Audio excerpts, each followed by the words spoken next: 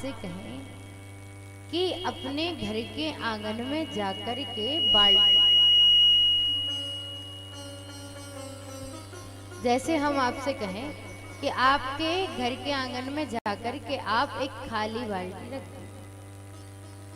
अब आपने बाल्टी तो ले जाकर के रखी, पर बाल्टी उस बारिश के पानी में भरी नहीं। तो जब बारिश के पानी में बाल्टी नहीं भरी तो हमने आपसे पूछा क्या बारिश का पानी उस बाल्टी में भर गया? तो आपने कहा बाल्टी में तो पानी नहीं भरा। तो हमने कहा हो सकता है आपने बाल्टी को उल्टा रखा हो, इसलिए बाल्टी में पानी ना भरा।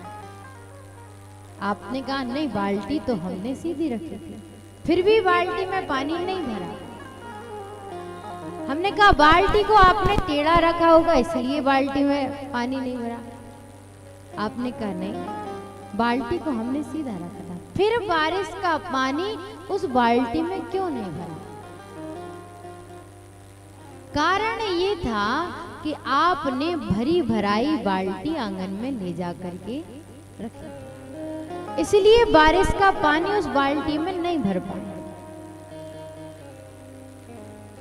अगर आप खाली बाल्टी ले जाकर के रखते तो बारिश का पानी बाल्टी में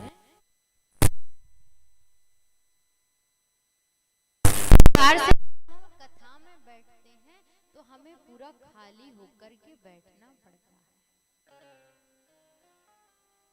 क्योंकि यदि आप अंदर से भरे होंगे तो फिर आप इस कथा से क्या ग्रहण कर पाएंगे?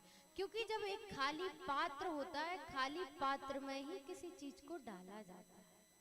अगर वो पहले से ही भरा होगा तो उसमें कोई वस्तु रखेंगे, उसमें कुछ डालेंगे तो बनेगा ही नहीं। इसलिए हमें अपने मन को खाली रखना पड़ेगा, हमें यहाँ खाली होकर के बैठना पड़ेगा। और जब आप खाली होकर के बैठेंगे तो ये कथा आपको ज्ञान से भर देगी। और यदि आप पहले से ही ज्ञान से भरे भराए बैठेंगे तो आपको इस कथा से फिर कुछ मिलने वाला नहीं। इसलिए एकदम खाली होकर के इस कथा में हमें और आपको बैठना है, और जितना ज्यादा हो सके उतना ज्यादा हमें इस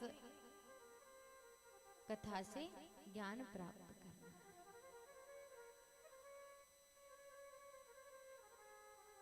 तो आइए आज हम चतुर्थ